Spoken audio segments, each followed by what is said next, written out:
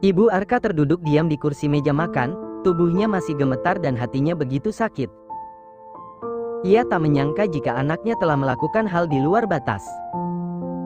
Selama ini dalam pandangan matanya, Arka adalah anak yang baik. Tak pernah sekalipun Arka memberikan masalah bagi kedua orang tuanya. Seumur hidup ibu sama papa, belum pernah masmu itu membuat masalah. Apalagi sampai mempermalukan keluarga seperti ini. Ibu Arka melempar pandangan ke suatu sudut, tempat di mana terpajang foto Arka semasa kecil.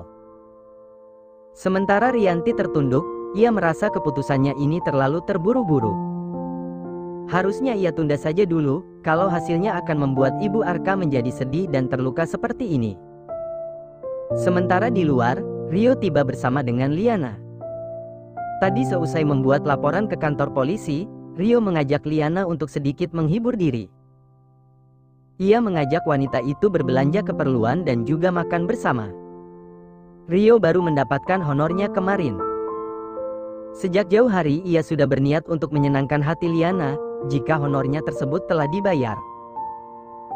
Agar gadis itu sedikit rileks dan tidak terlalu memikirkan beban, yang sampai saat ini masih bersarang di hatinya. "Ri, makasih ya. Udah ngajak aku jalan-jalan dan nemenin belanja juga," ujar Liana pada Rio. Pria muda itu pun tersenyum. "Iya, kalau ada apa-apa kasih tahu aku ya. Kali aja bisa bantu," ujar Rio. Liana pun tersenyum tipis. "Mas Rio," dipanggil ibu, ujar Rianti yang muncul secara tiba-tiba di teras rumah. "Ibu di mana?" tanya Rio kemudian. "Di ruang makan, Mas," jawab Rianti. Liana pun bersiap masuk. "Ba, Liana temenin Rianti, ya." Disuruh ibu ke warung di ujung jalan sana, Rianti takut sendirian, ujar Rianti. Liana mengangguk, lalu membiarkan barang belanjaannya dibawa oleh Rio. Sejujurnya Rianti sengaja melakukan ini, karena Ibu Arka menyuruhnya agar menjauhkan Liana terlebih dahulu. Ibu Arka takut jika rahasia kebohongan Arka diketahui oleh Liana. Wanita itu masih mengira, jika Liana tak tahu menahu perihal apa yang terjadi pada Arka dan juga Amanda. Rianti dan Liana perlahan menjauh, sedangkan kini Rio masuk ke dalam dan mencari di mana Ibu Arka tengah berada.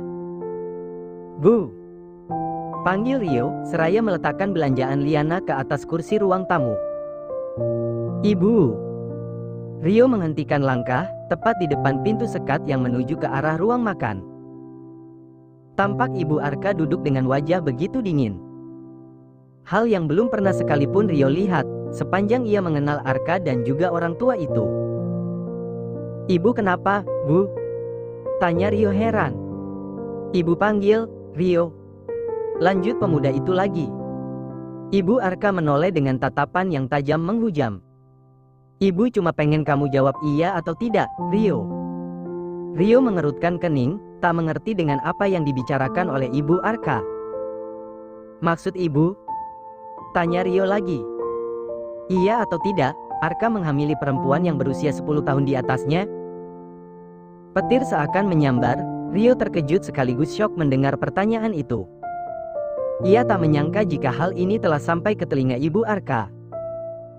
"Jawab, Rio," hardik Ibu Arka seraya terus memberikan tatapan tajam ke mata Rio. Pemuda itu kini terpaku tanpa bisa berbuat apa-apa. Tubuhnya saja masih gemetar dan jantungnya berdegup kencang. "Iya atau tidak, Ak?" Iya, Bu." Rio terpaksa berkata jujur, karena berbohong pun sepertinya akan percuma. "Tapi, Bu, cukup." Rio baru saja hendak mengatakan jika Arka dan Amanda telah menikah, namun sepertinya Ibu Arka enggan mendengar lebih lanjut.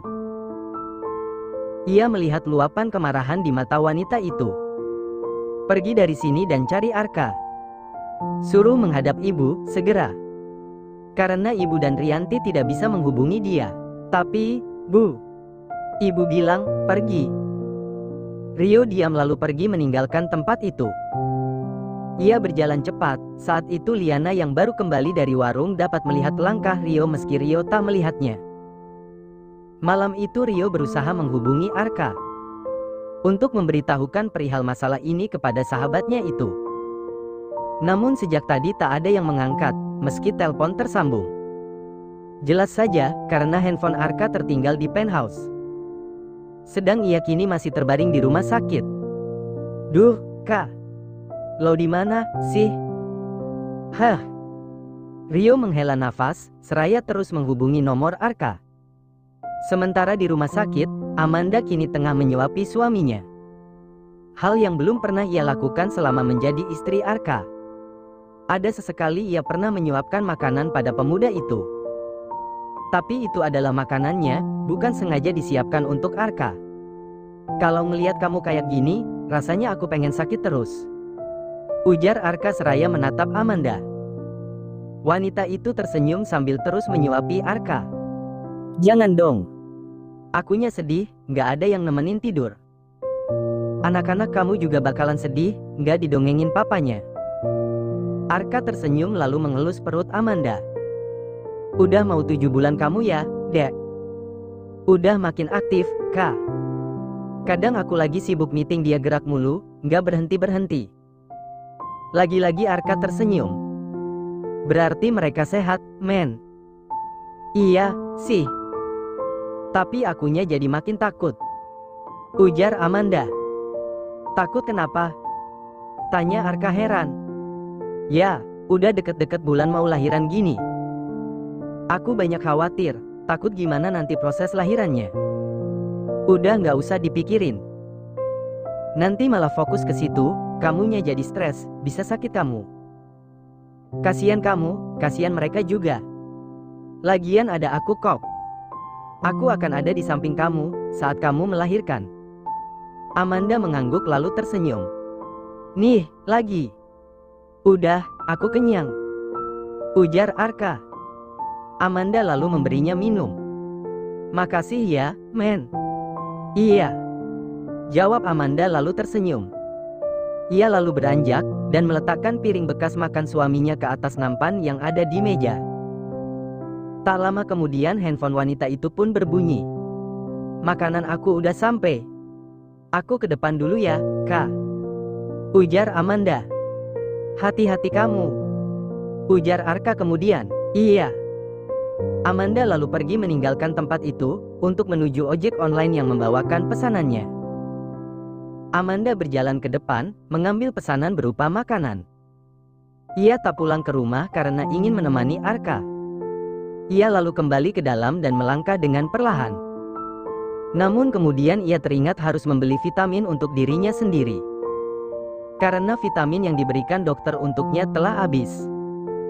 Maka Amanda pun membeli vitamin tersebut pada apotek yang berada di lingkungan rumah sakit. Usai mendapatkan apa yang ia inginkan, Amanda kembali melangkah. Bermaksud segera kembali ke ruangan Arka. Namun tiba-tiba ia teringat bahwa lorong yang kini ia lewati adalah lorong di mana kamar Nino dirawat berada. Seketika Amanda pun menoleh saat langkahnya mulai menapaki lantai lorong di muka kamar Nino. Nino yang saat itu tengah disuapi oleh Nadine tanpa sengaja menoleh ke arah kaca dan bertemu mata dengan Amanda. Deh. Batin keduanya bergemuruh, Amanda di sini lagi. Apa mungkin Amanda mengkhawatirkan dirinya, pikir Nino. Ia benar-benar tak tahu jika Amanda ada di sini karena Arka. Ia telah mengira perempuan itu mengkhawatirkan dirinya, namun tak berani mendekat. Nino tak salah soal kekhawatiran itu, Amanda memang mengkhawatirkan dirinya. Namun tidak mendekatnya Amanda, bukan karena wanita itu tidak berani. Ia hanya tak ingin membunuh perasaan Nadine dan juga mengkhianati Arka. Akhirnya Amanda hanya berlalu saja dengan perasaan yang campur aduk. Rio tiba di penthouse, namun Pak Darwis tak terlihat sekitaran tempat itu. Biasanya saat belum pulang, Pak Darwis akan ngopi di sekitaran pos security. Pak, lihat Pak Darwis enggak? Tanya Arka kepada pihak keamanan. Pak Darwis, supirnya Bu Amanda? Iya, Pak. Saya ada perlu. Kayaknya nggak datang deh mas, anaknya sakit dengar-dengar. Ujar pihak keamanan itu kemudian. Bapak ada ngeliat Bu Amanda atau laki-laki yang sering sama dia nggak? Tanya Rio lagi. Mas Arka? Iya. Kayaknya belum lihat Mas. Soalnya saya juga baru ganti shift. Oh gitu, ya udah makasih ya Pak. Ujar Rio kemudian. Ia terus mencoba menghubungi nomor Arka dan berharap ada jawaban. Amanda ketiduran di sisi tempat tidur Arka. Dengan posisinya duduk di atas sebuah kursi. Sementara kepalanya terjatuh di atas lengan Arka. Amanda. Arka mengguncang tubuh Amanda. Ketika tanpa sengaja ia terbangun duluan dan mendapati pemandangan itu. Men, hei. Bangun. Amanda menjawab, namun belum membuka mata. Bangun, men. Ujar Arka lagi. Amanda pun akhirnya membuka mata. Jam berapa ini, Kak? Tanya Amanda. 5:30, men. Kamu kenapa bisa ketiduran di sini? Tanya Arka seraya menatapnya dengan iba. Ia merasa bersalah, karena telah membuat sang istri harus menjaganya semalaman. Semalam udah niat pindah ke sofa itu, Kak. Aku pikir udah pindah ke situ, taunya mimpi. Amanda berujar seraya tertawa kecil. Ia kemudian menggeliat. Kasian kamu, coba semalam kamu pulang aja. Tidur di rumah, nggak usah tungguin aku. Aku nanti juga nggak bakalan bisa tidur kalau kamu nggak ada. Nih, si Korea Selatan sama Korea Utara bakalan ngamuk. Ujar Amanda menunjuk perutnya. Agarnya. Ia sudah mulai bisa bercanda soal nama anak mereka itu. Arka pun jadi tertawa, namun tetap merasa bersalah. Maafin aku, ya. Maafin papa ya, Dek. Ia mengelus perut Amanda. Iya deh, dimaafin. Karena papa good looking. Canda Amanda. Kamu tuh, men. Ngajarin anak. Bercanda, Pak Bambang. Elah. Seloroh Amanda lalu beranjak. Entar anaknya jadi pilih kasih, mau kamu? Enggak, maafin mama ya Dek. Enggak usah dengerin omongan mama yang tadi. Ujar wanita itu seraya mengusap-usap perutnya sendiri. Sementara Arka hanya tertawa sambil menggeleng-gelengkan kepalanya. Amanda itu wanita yang unik, ia sudah dewasa namun kadang bertingkah seolah lupa pada usianya sendiri. Itulah salah satu hal yang membuat Arka jatuh cinta padanya. Di samping sifatnya yang memang baik terhadap siapapun. Kenapa ngeliatin? Ujar Amanda. Entar tegang, loh. Lanjutnya lagi. Dasar tante-tante mesum. Seloroh Arka seraya masih tertawa. Apa? Amanda menoleh sambil membuka sedikit kancing bajunya. Hingga memperlihatkan hal yang sangat disukai Arka. Men, kamu Ye, orang aku mau mandi. Mau kerja. Iya, tapi entar ada yang masuk, dokter atau perawat. Hehehe. Amanda nyengir lalu beranjak menuju kamar mandi. Arka menghela nafas, mencoba menetralkan ketegangan yang telah dibuat oleh istri mesumnya tersebut. Tak lama ia pun tertawa.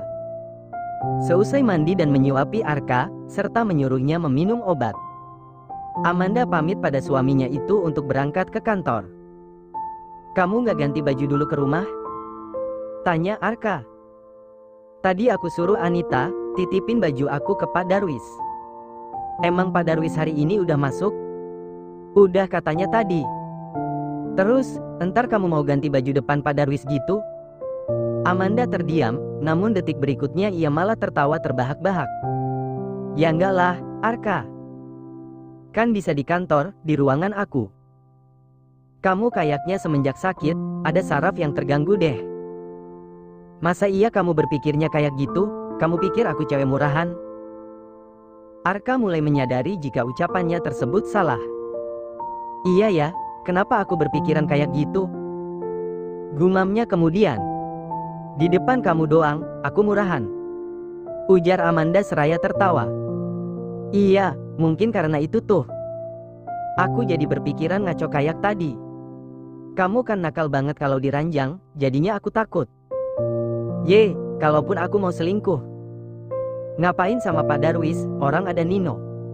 Cie yang inget Nino. Cie yang udah lupa sama Maureen, karena goyangan hot Tante Amanda.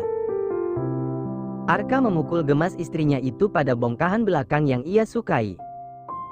Kamu mah istrinya dilecehkan mulu, lagi sakit juga. Mau aku cabut ini infusnya? Jangan, men. Jangan, sakit. Amanda pun tertawa melihat suaminya itu dan begitu juga sebaliknya. Udah ah, aku mau pergi. Arka memeluk Amanda lalu mencium keningnya, seraya mengelus para bayi. Jagain mama, dek. Biar nggak nakal. Dah papa berondong. Dah mama tante. Amanda pun meninggalkan tempat itu dengan tawa yang terus terkembang.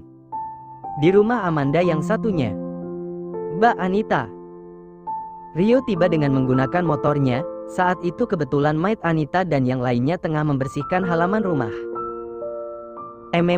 Mas Rio ya? Iya benar.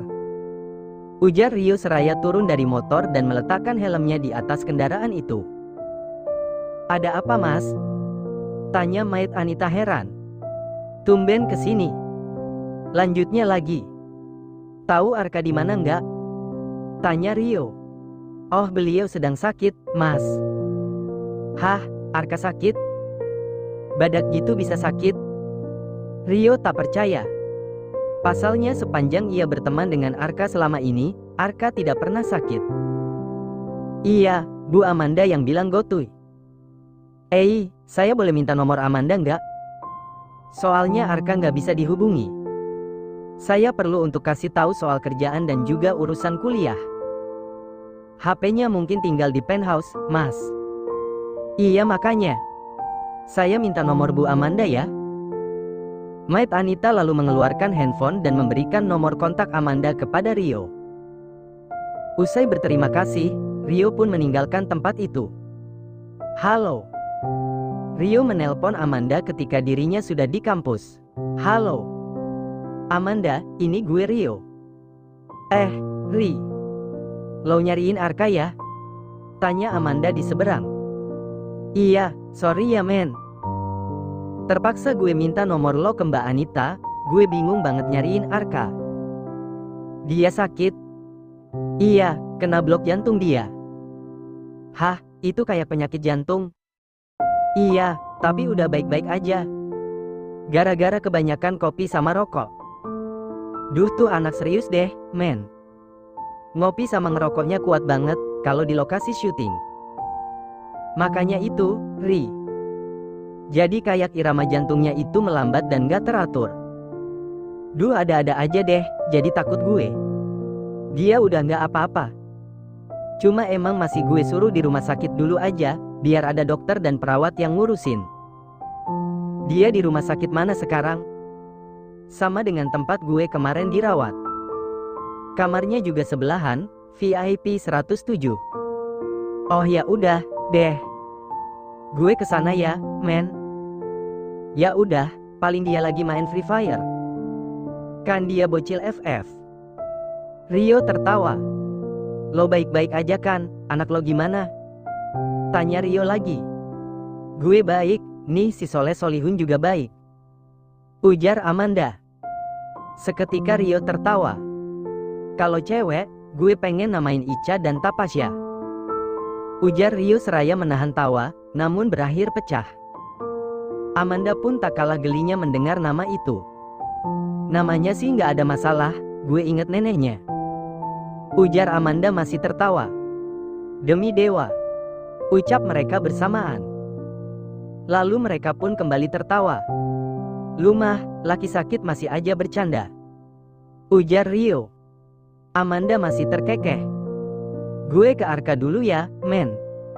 Ini lo di mana? Tanya Amanda. Di kampus sih, gue sekarang.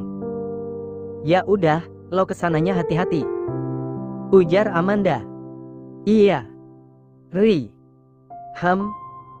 Laki gue jangan diajak makan nasi padang dulu. Ujar Amanda seakan tahu isi kepala Rio. Biasanya teman laki-laki memang cenderung akan memberikan izin apa saja pada temannya yang sedang sakit. Termasuk untuk memakan apapun yang diinginkan.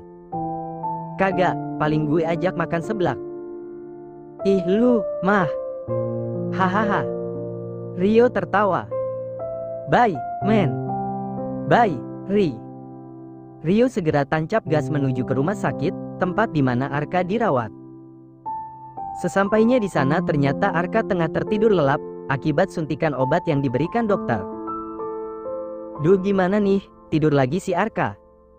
Ini nyawa gue dalam bahaya nih. Ujarnya kemudian. Ia lalu mondar-mandir, duduk di sisi Arka, dan kembali mondar-mandir. Beberapa saat berlalu, Arka mulai membuka mata. Namun, apaan, anyeng? Arka terkejut melihat penampakan muka Rio, yang melotot tepat beberapa sentimeter di depan wajahnya. Rio terkekeh. Gue kalaupun mau belok milih-milih ya, bangsat. Nggak lo juga. Ujar Arka sewot, sementara Rio makin terkekeh. Tapi aku suka sama kamu ayang, beb. Rio makin ngelunjak dan meneruskan candaannya. Males gue sama lo, ketek lo bau kalau nggak mandi. Ye, semua orang juga bau ketek kalau nggak mandi. Gue kagak. Ujar Arka. Sok ganteng, lu. Gue tuh udah sejam tahu nggak nungguin lo molor, tidur nyenyak banget kayak abis kerja paksa sama The Andals.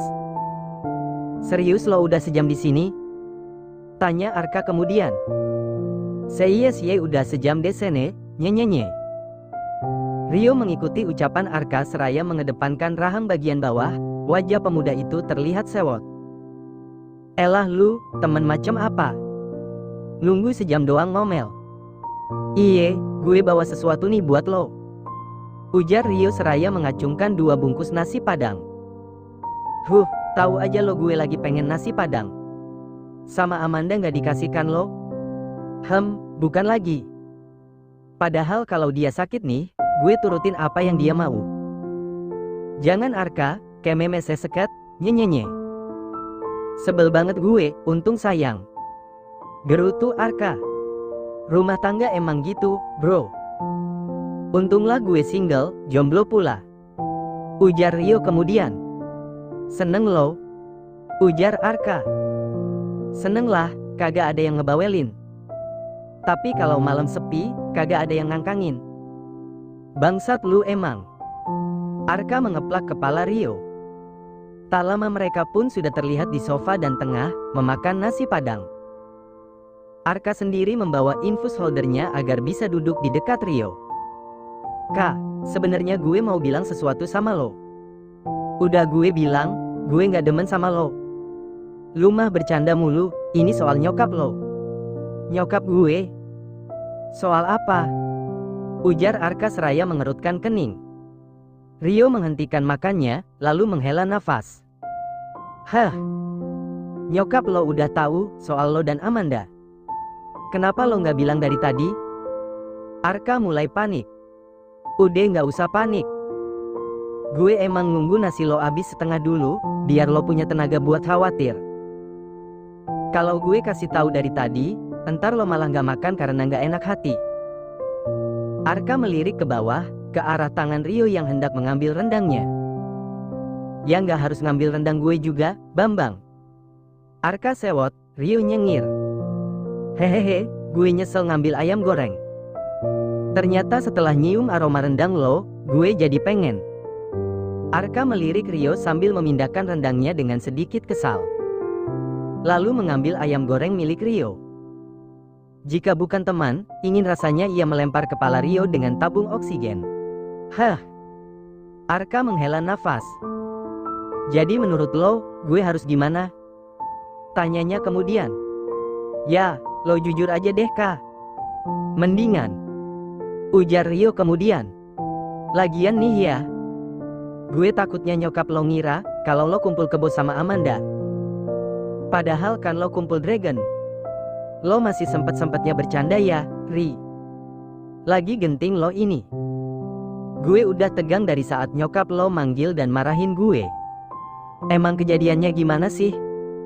Tanya Arka penasaran.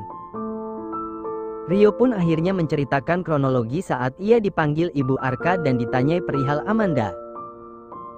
Gue rasa sih, Rianti yang mata-matain lo selama ini. Masa sih Rianti, orang selama ini aja dia nggak mau tahu urusan gue. Maureen gak sih menurut lo, yang ember ke nyokap gue? Tanya Arka. Ya mana gue tahu, Kak. Sebaiknya lo balik deh. Jelasin ke nyokap lo, jujur aja. Udah terlanjur juga. Arka tampak berpikir. Daripada orang tua lo kepikiran dan menduga-duga, mending lo jujur apa adanya. Ya, tapi gue harus pulang dulu dari sini. Ujar Arka. Lo telpon Amanda deh, bilang kalau lo mau pulang.